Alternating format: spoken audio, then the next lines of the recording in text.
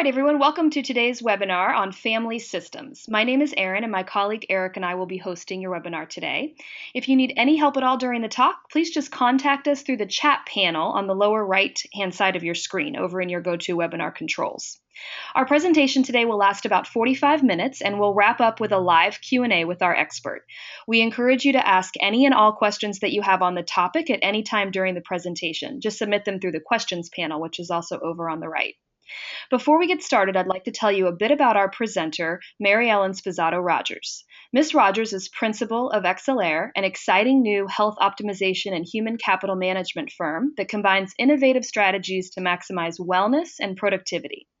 Ms. Rogers was the founder and former CEO of Work-Life Innovations, an employee assistance program specializing in work-life resource and referral services to major corporations and hospitals for over 21 years, including Yale New Haven Health System, Bank One, McDonald's, Horizon Blue Cross, and ESPN, just to name a few. Under Mary Ellen's direction, the company was the first vendor ever to be named an Innovative Excellence Award winner by the Alliance for Work-Life Progress, an honor they received twice. Prior to founding Work-Life Innovations, Ms. Rogers, a social worker, was a director of staffing and recruiting for the Travelers Insurance Company. She has spent many years as a human resource consultant, trainer, and coach. Her diverse social work career includes management roles in home health care and child welfare. Ms. Rogers was named one of 2006's 8 Remarkable Women in Business by the Hartford Business Journal. She serves on She serves on the Board of Trustees of Providence College, the Board of Trustees of the Foundation for the Advancement of Catholic Schools, and the Executive Board of Women Executives in Healthcare. And she's been quoted by many periodicals, including Forbes, HR Magazine, The New York Times, Business Insurance, Working Mother, Glamour, and Workforce Magazine. We're so happy to have you with us today, Mary Ellen. Welcome. Erin, it is such a pleasure to be here. Thank you. And happy Monday, everyone. I am extremely excited about this topic. And we are all, no matter what the definition of our family, we are all parts of families, and families are systems.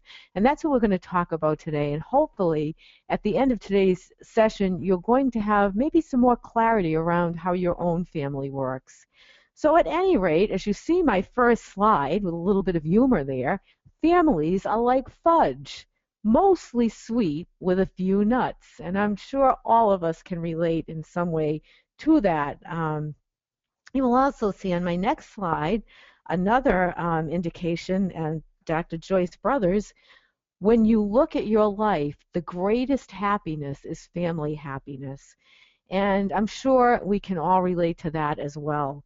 But I just want to take a minute to really give some definition to, what is a family? What are we thinking about? What are we talking about today? Well, first of all, a family can relate to, for you, it could be perhaps 2 parents and children, a nuclear family. It could be perhaps, aunts and uncles, grandparents raising children. It could be a single parent and child. Family can be anything that you define it to be. People living together, caring for each other in a system, in a unit. So, we are not today talking about the strict definition of family being, 2 parents and children. We are talking about whatever your definition of family is personally. But there is absolutely no right or wrong way to define a family. I just want to make that clear. Some other definition I'd like to give. When I talk today about a family of orientation, what I'm talking about are, if you are in a relationship, just as an example, 2 parents, the families that those parents came from, and what they bring in terms of their own parenting skills, in terms of their own perceptions, in terms of their own value set from the families of orientation that they've come from. So when I talk about family of orientation, that's what I mean. When I talk about nuclear family, I am talking about the family that generally lives together. So as I mentioned, traditionally maybe 2 parents and children, could be grandparents and grandchildren if they are the unit that lives together on a daily basis. Could be, any number of things, a single parent and child or children. When I talk about extended family, I'm talking, of course, about the broader collection of family, including grandparents, including aunts and uncles, perhaps, including cousins. And sometimes these days, it's not like it was years ago when extended families lived in the same town or in the same neighborhood. I happened to grow up in a large Italian extended family, and our extended family did everything together. We owned a business together and all of the kids worked there. It was a drive-in theater. My two aunts lived in a little block next door to each other, and we lived a block away. So we were always together. It was like one huge unit. And I took as much direction from my aunts as I did from my parents, honestly. And so sometimes extended family is like that. And these days, often we are separated more geographically. So, what we're looking at today, interestingly, and I will share with you, when I was in undergraduate school of social work, they had just back in the late 70s started to talk about family as system. Prior to that, mothers really took a bad rap, honestly, because when we looked at family therapy, very often back in the days prior to the mid 70s, I guess, when family systems theory became kind of the rule, a therapist would look at the mother and child relationship. And so if a child had difficulties, very often the mother was to blame. Even if there was a father and there were other people involved, it was always that maternal child relationship that was looked at by a therapist as, which it really needed to assess to determine where things were going wrong. Well, fortunately for mothers, I felt a lot of relief, let me tell you, when I became a mother, that things had changed. They started to look at the entire family system, which was extremely encouraging. When I was in graduate school, they started to learn how to record that. And so genograms, and we'll learn to do a genogram today, became prominent and prevalent and as a tool. It's a phenomenal tool, you will say. So let's talk about families and what do we mean by systems? Well, what we mean, a family system, if we're going to talk today about understanding and identifying systems issues that affect your family, such as the roles, the boundaries, and certainly communication patterns. We're going to understand strengths and problems of your unique family system. We're going to learn to actually draw a picture. That is the genogram. It will be very specific and revealing for you. Believe me, when I had to do this in graduate school, I thought, oh, this is kind of silly. Well, let me tell you, I was amazed at what I learned from my genogram.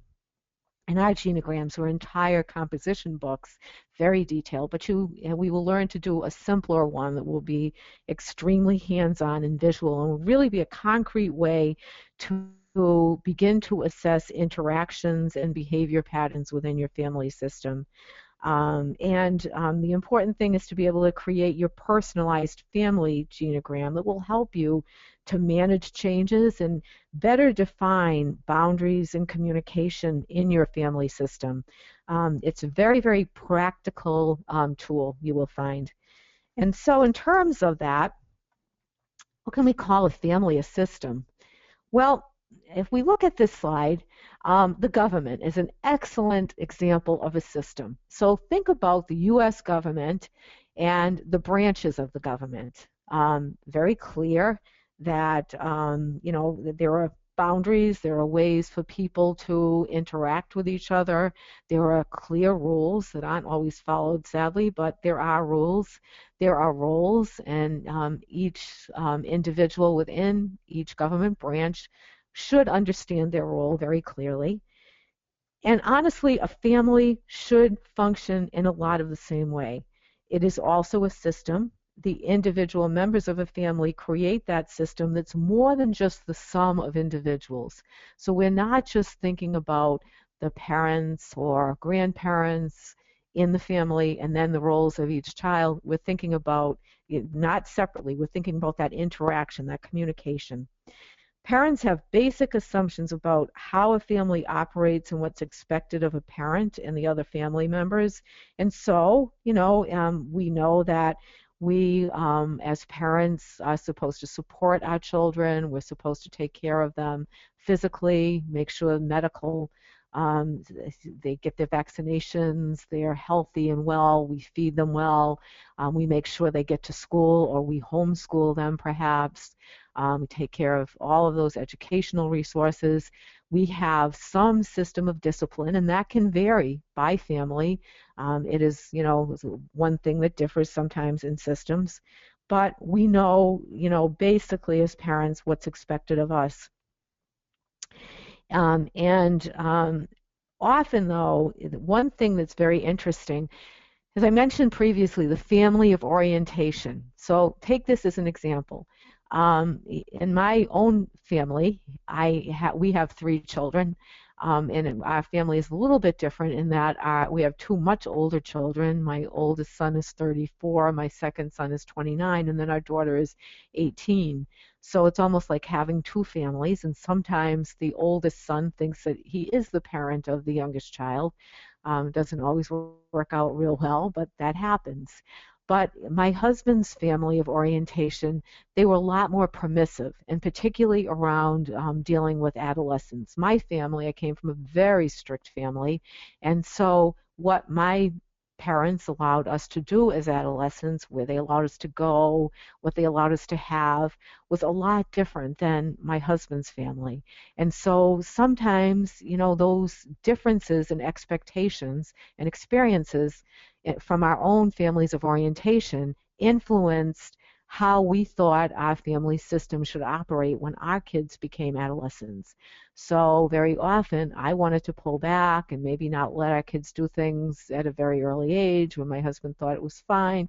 And you can imagine sometimes that those changes in perspectives, changes maybe a little bit in values, differences in boundaries and roles that you see in your family of orientation can strongly influence what's happening in your nuclear family system. So family systems, each and every single family system is complex, and every family system is extremely it is its own. No two family systems, they're like snowflakes. Nobody's is alike. We see a lot of snowflakes here in Connecticut these days, so I guess I relate things to that.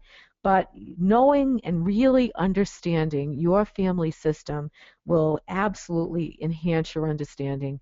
So one thing that I really encourage you to do, and sometimes it's difficult, when you're in the midst of your family, very often it's hard to understand that maybe things are not perfect. No one is perfect. No family system is perfect. We all have things that we can work on.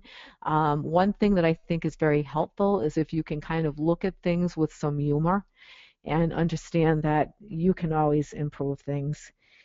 So also, the better you know your family system, you can certainly begin to identify possible causes and solutions for problem areas, such as those particularly related to adolescence. Now, I'm not trying to pick on adolescence here, but adolescence is the time in a child's development that stresses the family system the most. And it does have to do with differences in perceptions between the parents, and all of a sudden they're throwing things at you. They're bringing the outside world into your system more frequently. There are just so many more challenges. So, what are the elements of a family system? Well, you see roles, boundaries, and certainly communication patterns. And it's important to think about the various members of your family and the position they have in relation to each other. What I mean by this is parents versus children.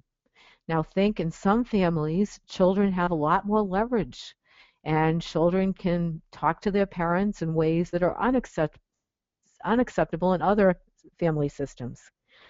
Another thing that's very interesting is the birth order of the children. So you may find that your oldest child typically might be extremely responsible, may stick to the rules more, where you might have a younger child who, is more casual about the rules and boundaries. Blended families, we should note, are more complex because, of course, they are not only bringing the perceptions of the two families of orientation together, but they're also bringing perceptions of the family that they came from prior to a remarriage, for instance. So, again, thinking about a family like mine, where the oldest child could, based on age, in terms of my family, my son, if he were a teen father, could have been the parent of my daughter. And so those two children really did not grow up together as siblings, and that changes things. Now, in a family where a child might have a disability or an illness or maybe a severe behavior issue, children with autism, they tend to change the roles and boundaries in that system significantly. So in situations like that, you really have to be conscious of how that shifts your roles, and certainly communication, because you probably have some moments when things are very difficult, and communication can break down. To better understand any difficulty you may be facing in your family with your adolescent, for instance, it's helpful to examine your family attributes. And again, this is where we keep going to the systems approach and the entire system working together, not just one unit of it. And here's another thing that I think is kind of interesting. When you look at that telephone on the slide, communication patterns, well, it's really stunning how much communication patterns in families have changed based on new technology. And when you think about how much more maybe your children text you very quickly, in very staccato fashion, if you know what I mean, versus a conversation, and how, if you parented children as I did 20 years ago who were adolescents and or at least approaching adolescence, and we'd sit at the dinner table and maybe the phone would ring for them and we'd tell the person on the phone that they'd get back to them later. Well, now they try to kind of text under the table. So things have really changed up a lot in terms of communication skills, and it's really important to be conscious of that and conscious of not allowing technology to kind of overrun your family, in terms of the communications. So now let's talk about a genogram. A genogram will help you to see patterns emerge. It is uncanny. I will tell you again, when I was asked to do a genogram as a graduate student, I thought it was really kind of a silly exercise. Of course, I knew, all of these things. And you know what? It was amazing to me how revealing it really was.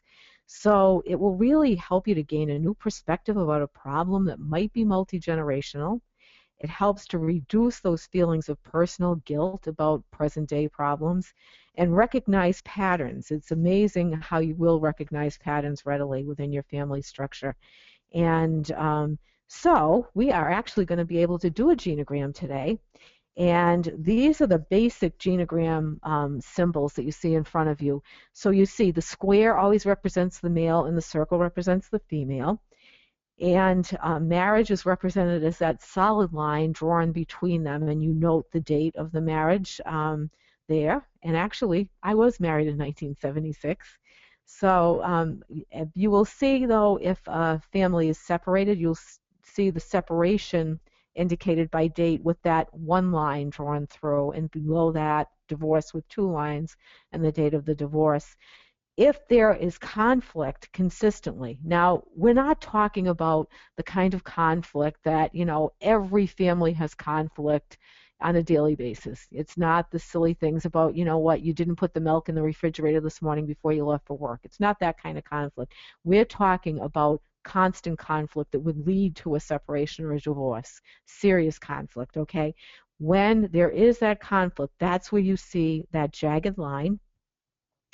When a couple is estranged, you see that symbol.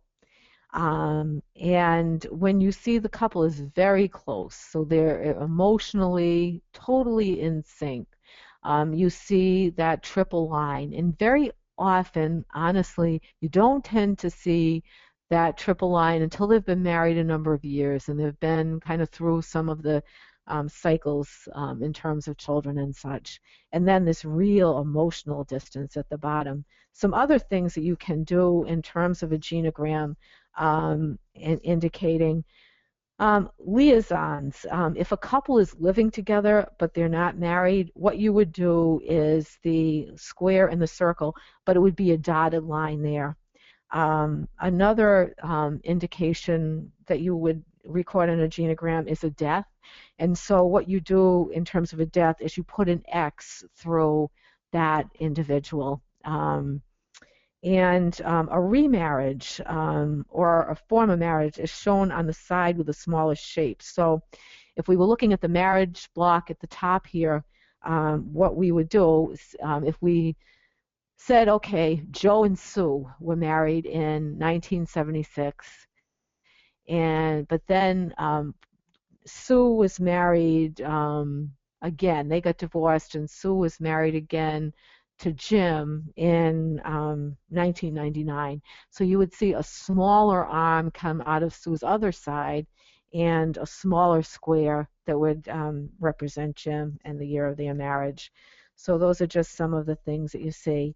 And then even in terms of dysfunctional relationships with children, you would see a smaller jagged line going between the individuals. So these can be extremely complex, and you can keep building.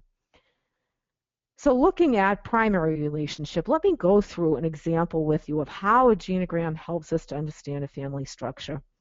In this example, you can see the family is drawn. So John and Betty are the originating couple for the family used in this example. We don't know when John and Betty were married, but we do know that they were separated in 2001. We know that John and Betty have 3 children, Michael, Sarah, and Frank. Now in 2001, they separated. Their son, Michael, has a history of alcohol abuse. So consequently, John says he has given up on his son. He rarely speaks to Michael. So you see the jagged line drawn between John and Michael. Now, as John completes his family's genogram, he asks himself again why he has given up on his son. It bothers him, and he looks at it in the genogram. I think this is the real power of the genogram. It is visual. It can hit you over the head. These things can be happening and just kind of flying around in your world, and then you write it down in a genogram. It's concrete and it's visual, and you really start to recognize things. And he feels that there are many possible reasons why he's given up on Michael, but he also realizes that he views Michael as a weak person and a failure because Michael also has had many problems in school and has a history of alcohol abuse. And so if you identify your primary relationships, now it's important to start to think about secondary relationships. So this is where the family of orientation comes in, the extended family, all of those other relationships. So we can see here, John discovers more about his family structure, and he decides to look at the conflictual relationships within his family of orientation. Now, as you can see, John's family of orientation, his parents were Frank and Carol, and big surprise, John had a conflictual relationship with his dad, Frank. So, see how the pattern works here. It's very interesting. And so he plots out more of these conflictual relationships, and his genogram is really showing also that John had a conflictual relationship with his father-in-law, Jeff. And John's father, Frank, died of alcoholism in 1973. So really, there should be an X through Frank. And 1993. He sees that alcoholism might be a multi-generational pattern within his family rather than a personal failing of his son. His father-in-law, Jeff, has always made John feel as if he wasn't a strict enough father to Michael. Now, here's what I mentioned before. Family of orientation, Jeff and Maria were probably much stricter with Betty than Frank and Carol were with John. So you see how that works. And Jeff disagrees with the discipline. And Jeff has also told John that if he were a better son, he would have kept the booze away from his own father. Now, very important thing to realize, guilt is a huge issue in many families. And see how Jeff really laid the guilt on John. Interestingly, not only about his own son, but also about his own father. So John realizes that he's allowed his father-in-law to influence his thinking regarding himself and his son. He blames himself for not helping his father and simultaneously passes that blame to Michael. And certainly there are many more issues that John could uncover and address, even with this very simple genogram. So when you create your genogram and see your behavior and relationship patterns appear on it, you can reflect on the way roles, boundaries, and communication really affect these patterns. And these differences, as I mentioned previously, in families of orientation versus your nuclear family. What if there's a conflictual relationship, for instance, between a son and his uncle? If it's a close extended family, that could absolutely have impact. Um, Between maybe your mother and your wife's sister. Even though you're not part of that relationship, it still causes that tension. It is amazing how even issues within your extended family that you don't really think a part of your role can affect things within your own family.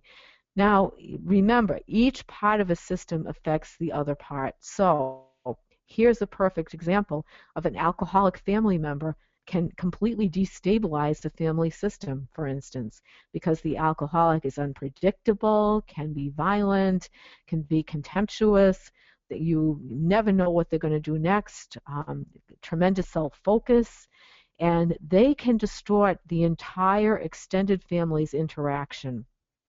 And many of us know, not too long ago we had the holiday season, and that's when extended families often get together. And so you probably saw in your own family how people adapt to behaviors of folks who, may have an issue, and they kind of absorb the anger maybe, they deflect things, people are tense because of the behavior of an alcoholic or someone who has a mental illness issue, etc. And a lot of times we make an effort to cover up these diseases to the outside world. So, in terms of making your genogram, here are some simple guidelines. Keep it simple, especially initially. Once you get into this, there's some great books and resources out there. Certainly can make it bigger, but initially just keep it simple. Consider one relationship pattern at a time and be careful to objectively assess those relationships. And don't do your genogram at a time when you have just experienced a conflictual event, because that can kind of sway, your perception. So do it at a time when you're pretty even-headed about things. And your genogram is a work in progress that can be updated at any time. And honestly, since families are constantly changing, probably should be updated rather frequently. So why would we, be updating a genogram? Well, here are some things that you might want to add to your genogram. You can see, significant events. So we're talking about deaths, marriages, births, and if someone in your family won the lottery and they're suddenly a multimillionaire, well, that's an event that can change things up significantly, honestly. And reflect very honestly on the types of relationships you have with each of the family members. And again, some of the things here that you will see, you have to be extremely honest about. Psychological status. And it's hard to say that someone in your family is mentally ill, but if that's the case, you really need to record that. You really need to think about financial changes, as I mentioned, even positive things have an effect that may not be positive on your family, legal difficulties, ethnicity. Now, fortunately, our world is becoming far more diverse, but sometimes in families that can be an issue. If someone in your family is maybe marrying someone of a different ethnicity, maybe extended family members are not adjusting well to that. That changes things up for you. So, looking at your symbols, select the relationship that exists between each family member, and then repeat these steps for each pair of family members until you've entered the symbols for each relationship that exists. So you want to think in terms of each relationship. Everybody is a part of the system. And so how do you manage changes? As I mentioned, Change is inevitable in any system, but particularly inevitable in the family system. And a family that is completely stagnant is not a healthy one, so you want to see change. Many times our relationships suffer only because we fail to understand their structure and organization. So, my question is, you need to frequently stop, look, and listen to what's going on in your family.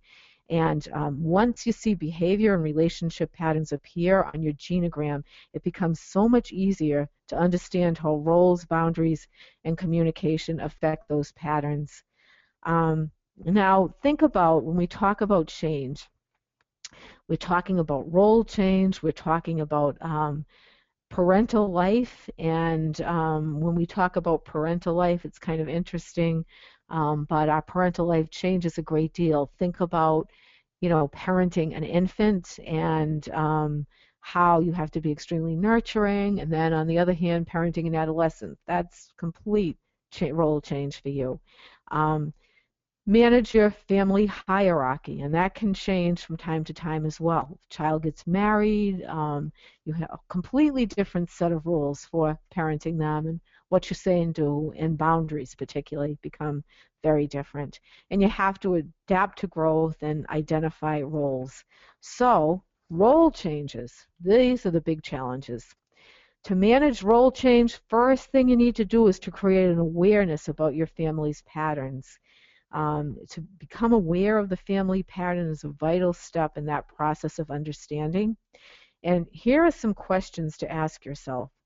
Do you see any conflictual patterns that occur between yourself and your spouse and your adolescent? Um, Sometimes something that we see, which is very interesting, people fear an empty nest. And they fear that what will they have to talk to their spouse about when they're not talking about, getting to soccer practice and, making sure homework is done. And that's what they talk about all the time. And then the child leaves home. They go off to college, they get married, whatever. And you think, oh my gosh, what are we going to talk about? And interestingly, very often we find that the spousal relationship gets along much better when the nest is empty because the adolescent isn't there in between, kind of taking up space and commenting on things and so forth. Then think about, is anyone in the family estranged? And if so, what is the cause of that estrangement? And if that estrangement is something that can be brought back together again, can that be resolved? Identify one relationship that seems to be difficult for you at this time. At this time, remember that. Is it always difficult, or is it just difficult at this time because a transition has occurred, for instance, because someone had an opinion that was difficult for you? Sometimes it can be something like a political opinion. So think about whether that difficulty is time sensitive, it's something that's just happened. Thinking of that relationship, though, what do you feel is the core issue involved? So really, getting to the root cause of issues. And again, the genogram helps you to do that.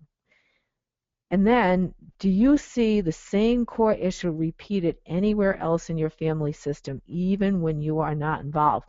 Now, think back to John and his father-in-law and his father and the whole issue of alcoholism. And so that same core issue keeps coming up for them. Here are some typical times of role change. For one thing, if you have aging parents, okay, because all of a sudden you have to begin to parent your parents. So that complete role change, it's a flip in the role change. Marriage of you or of your children.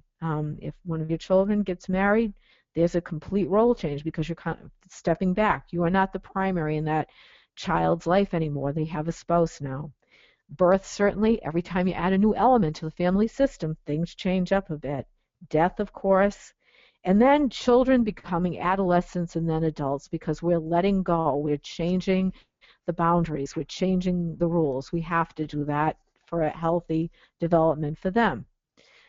So parental life, if we think about our lives as parents, we constantly go through changes. I mentioned that infant, and then you get to adolescence and the major changes that go on in the interim.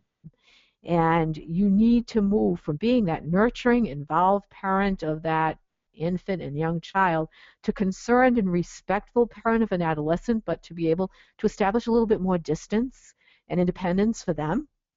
And when the child begins to change and grow, you expect to see changes in communications as well as in roles. But you have to make sure that those communications are comfortable within your particular family system. So you need to avoid, if you can, being a helicopter parent. And honestly, I am challenged with that sometimes because I think I've been parenting for such a long time.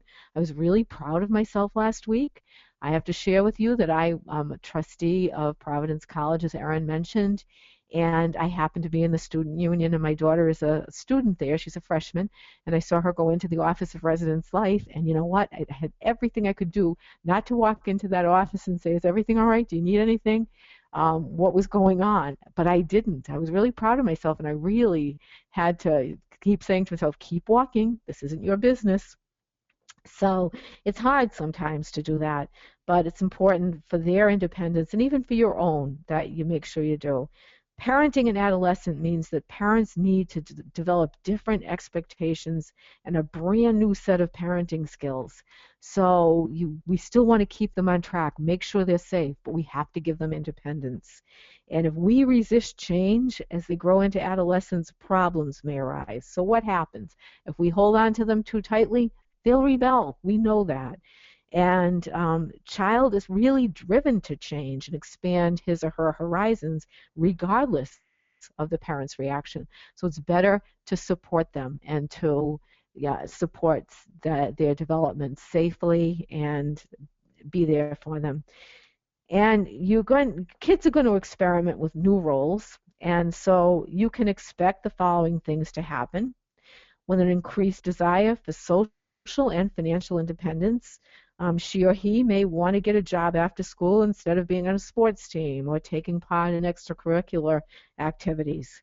You may find that your adolescent, it's shocking to you, who was once so responsible about maybe taking care of younger siblings, may not want to be with those younger siblings at all because they just want to be with their friends, and that's cool. And so we have to support that.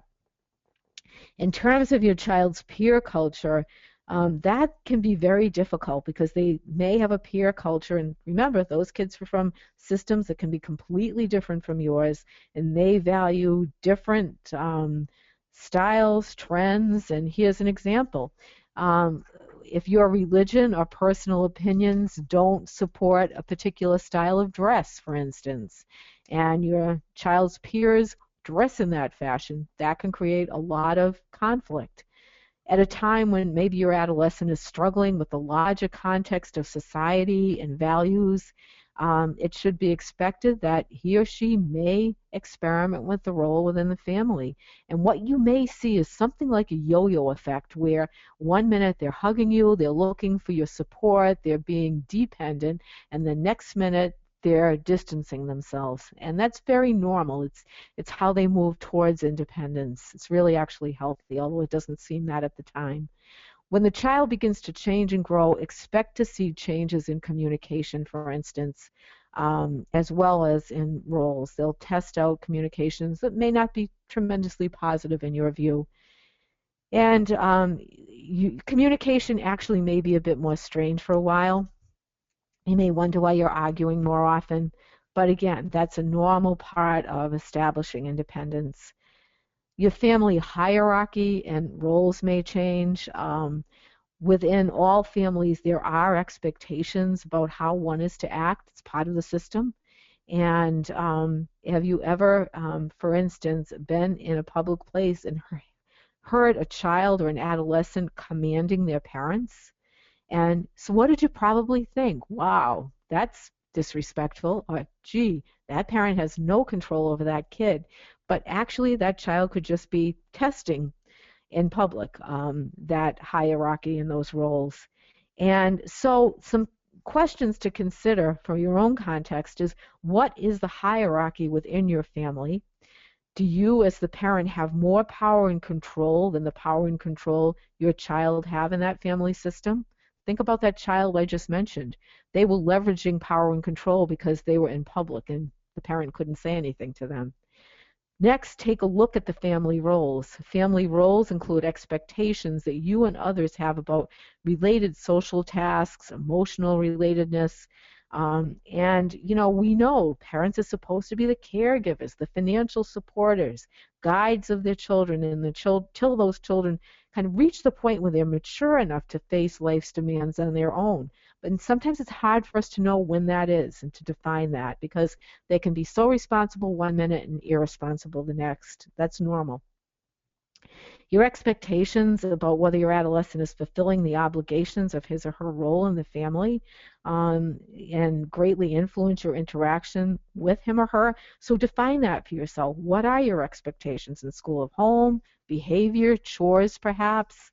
You might feel angry and disappointed and resentful about your child's behavior.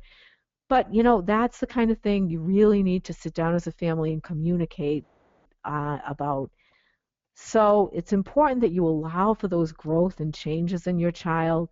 And you can never think of an adolescent, he always acts that way or she'll never change, because this is the time in their life that they will change. And the best thing you can do at this time of life is give them as much confidence as you possibly can. Um, an adolescent, for instance, this is difficult, who grew up in a family where there's where there maybe is parental substance abuse, alcoholism, chronic illness, parental neglect, often assumes the role of caregiver, even to the parents and the younger children. And so you want to assess the role of your child and give them as much support so that they're not in that position. Um, so adolescents, certainly they always feel resentful, maybe embarrassed by us, parents, grandparents, and particularly those of us who may be different or from other than traditional American families. But you have to always remember that adolescents always want to fit in. And so it's not a personal affront, it's just, how they perceive things. And I know I always have to dress in a certain way when, my daughter's friends are going to be around, different than I would when I'm just hanging out at home. Um, Interpersonal boundaries are really important to think about. Culture, rules um, within a family refer to separation between different groups and subsystems. So rules that govern the interactions and patterns of one subsystem are different from those of another. So, you have your parental group, and then the kids or their sibling group. That's a subsystem. And the one thing to really remember here in terms of boundaries, the relationship between parents, particularly in a traditional family, is typically an intimate adult relationship and obviously very different from the relationship between a parent and a child. And it's always important to maintain that boundary. So for parents to, go out together without the kids, that's where that comes into play, particularly when kids are adolescents, because adolescents often feel that they can permeate this boundary, and that's where trouble can really start. And the classic is that we always hear, Dad always lets me go out on school nights and you don't. And so if you maintain those boundaries and rules, that's less likely to happen. So we see this mirror and match. Well, obviously, systems need to interact with the world outside of them. So we know the government interacts with other governments, citizens, etc.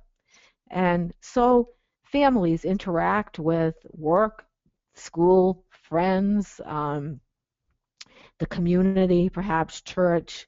And so it's really important to look at family versus the world. And systems theory tells us an open system where our family system exchanges ideas, resources, etc. with the outside world is much healthier than a closed system where we stay to ourselves. But we still need to maintain appropriate boundaries. So these boundaries must allow for exchange of ideas, energy, resources. But family system becomes more flexible and adaptive when the boundaries are not too rigid. So they can't be too rigid, but they have to maintain your set of values at the same time. Now here, as you see that big red cross there, remember this. Parents cannot be friends all the time with their children. And, you want to be popular, you want them to love you, you want them to come to you, but the biggest mistake you can make is to just want to be their friend, um, especially when they enter adolescence. And it's understandable and normal to want to do this, but parental obligations are not forfeited because of the desire, should not be forfeited because of the desire to establish that friendly relationship. Children need parents who will guide them and set limits, and kids actually crave these limits. They want you to limit them, believe it or not. When boundaries between a parent and a child become blurred, that relationship absolutely suffers because the child becomes confused. You are their friend one minute, and as they see it, their foe the next. So problems may occur in terms of sharing intimate details or feelings about his or her adult private life with the adolescent child. You see parents who talk about their marital situation to their teenagers. That is so inappropriate. Kids can't handle that, particularly if it involves conflict with the other parent, because of course there's loyalty there. And you can't, it's not a situation where the child should assume that you have equal status, ever. So that's really important to remember in terms of a boundary in your relationship. In terms of dealing with private issues, a family system is strongest when the mental, emotional, and physical health within it is well maintained. When I talk about private issues, I'm talking about things, maybe mental health issues, physical health issues, alcoholism or substance abuse. And some families really work hard to keep these issues private, even when they may be damaging to all of parts of the family, because of embarrassment, because of stature in the community, perhaps. When this is the case, the unwillingness of the family to seek outside help almost always creates overwhelming tension and feelings of helplessness. And so the family becomes kind of a closed entity, and that's not a good thing. So it's really important to get help in terms of your family system when you need to. Um, in terms of effective communication, always be clear and consistent. And you know what? That reflective listening. Ensure your child heard you by asking him or her to repeat the information, because sometimes they can be distracted or not see it on the same plane as we do. Always follow through with praise when your child does something you ask, and praise and confidence building are so important in this relationship. And then follow through with questions when your child doesn't do what you ask. Why? You know what? Those are expectations. Think about your body language. Think about the tone of your voice and your facial expression when you're communicating to your child. And sometimes you kind of have to practice that because, we are all emotional at times. So the whole issue of emotional intelligence, how do you come across to your child? How do you come across to your spouse? That can influence our family system significantly. Um, and always listen, have your ears open. Listen actively, ask questions. When your teen doesn't feel as though you listen to him or to her, they won't listen to you. They can turn off on a dime. Teenagers are really good at that. So again, that reflective listening from your side as well.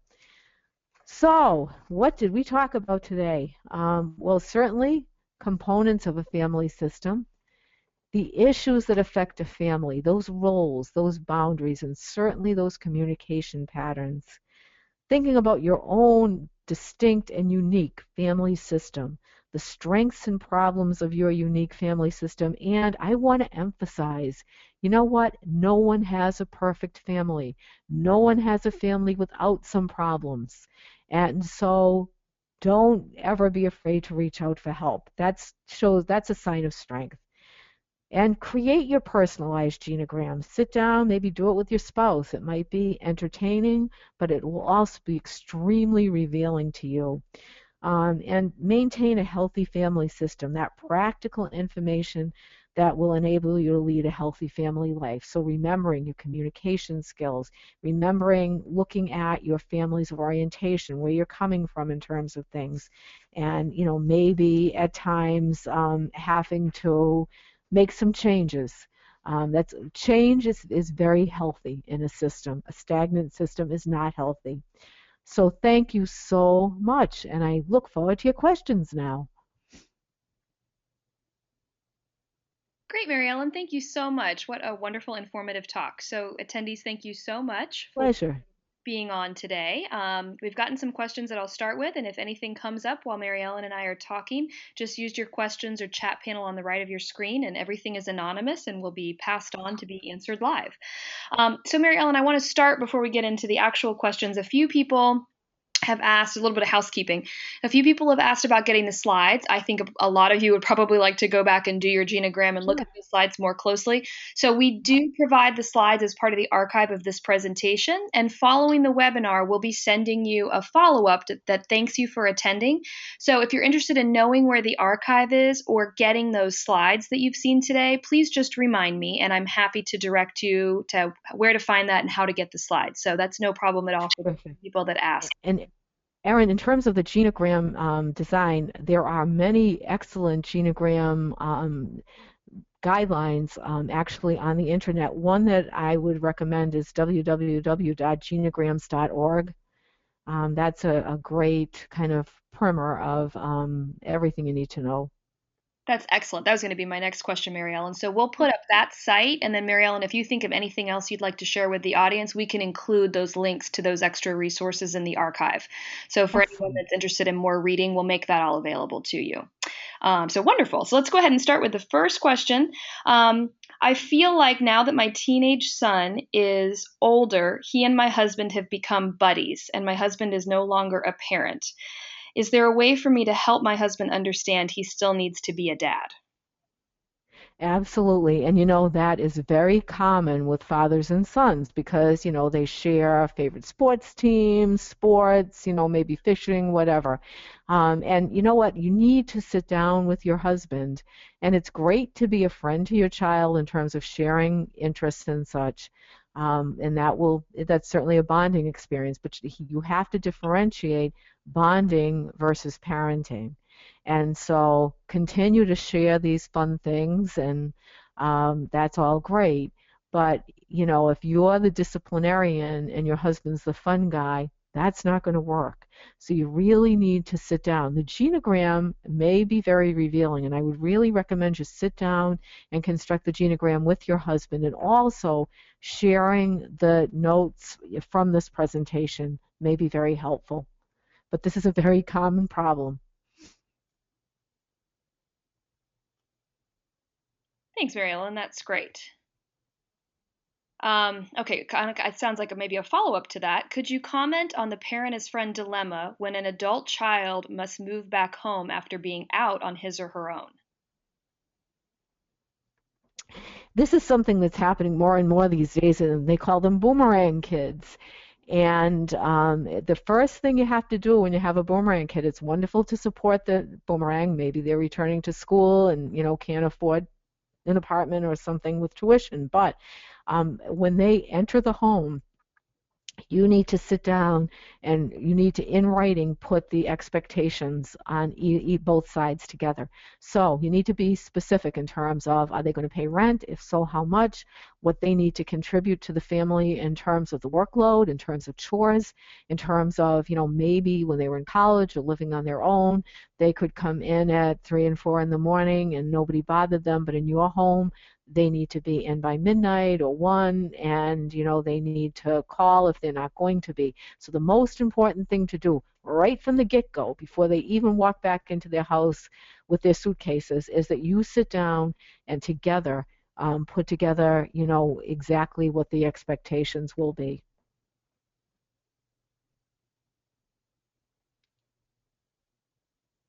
Great, Mary Ellen. Thank you. Okay, next up, which I think we can probably expand to be a little bit of a broader question, but this specific question is, what do you say to an adult child when they're involved in a toxic relationship that concerns you as a parent? So maybe how to talk to an adult child who you have a concern about their life. And I guess I just need to define that a little bit further. Is this a toxic relationship, a toxic romantic relationship? Yes, she did say romantic. Okay. Okay, that is very, very difficult, and you're walking on eggshells there. And to certainly you can introduce that and do it at a time when you're not at high conflict. Certainly, when you're at perhaps ask them out for lunch, ask them out for dinner without certainly the other individual, and have very concrete examples of why you believe that individual is toxic. It needs to be done very objectively. It can't be subjective. You have to have those concrete examples. You have to, kind of question the difference in values, perhaps. But then if they react to you, as they probably will, that, they are defensive about the individual that they have the relationship with, then you kind of have to sit back, walk on eggshells, be there to support them when they fall back. So you've done everything you possibly can, but you don't want to lose your child either. And sometimes you kind of have to put up with that individual until things come to a head. But it's important at the onset when you see these things to very gently and in a supportive fashion. And these discussions are very difficult because very often they kind of escalate, and it's very difficult not to let them escalate. So you need to kind of sit quietly, just present the facts and nothing but the facts, and become extremely objective. That was great advice, Mary Ellen. Thank you. Okay, everybody, thank you so much. We're getting a lot of good questions in. I'll try to fit in one or two more before the end of our hour. How do you deal with a spouse that would like to give your child everything they didn't have growing up? Oh, that's a very common issue, honestly. And, giving them everything isn't necessarily a bad thing unless as long as there are the appropriate boundaries and roles and expectations. So, giving them perhaps a car, that's fine. But then on the other side of things, there need to be expectations around maybe chores and maybe getting a job to support, the gas and the insurance costs and those kinds of things. And so it has to be a two-way street, and it has to be a joint decision. It can't just be that your spouse decides to give them everything they didn't have without your being able to voice your expectations in terms of, what's appropriate and what isn't. So, and it also relates to, what they're giving them. If they're giving them something that defies your values, well, that's a whole different story. I once knew a woman, she actually worked for me, who sold her piano to let her 16-year-old daughter and her boyfriend go away for the weekend together for, a really high-end luxury weekend together. And I mean, that to me was just incomprehensible because, from a value perspective, it wasn't right. But if you give them things, there has to be a balance there. So maybe they need to learn to work for things at the same time. That was excellent. Thank you so much, Mary Ellen. We're right at the end of our hour. I'm sorry we didn't quite get to all of the questions. They were excellent. Thank you so much, everyone, for participating. And I'll just ask Mary Ellen if you have any closing remarks before we end our talk. Yeah, the closing remark that I have is to cherish every day with your family. Families are, in Joyce Brothers' words, the best thing that we have, the height of our happiness, and really use the genogram, some of what we talked about, to make things even better. But enjoy every minute that you have with your family. It was a pleasure. Thank you. Thank you so much, Mary Ellen, and thank you all for attending. Have a great afternoon. Thank you.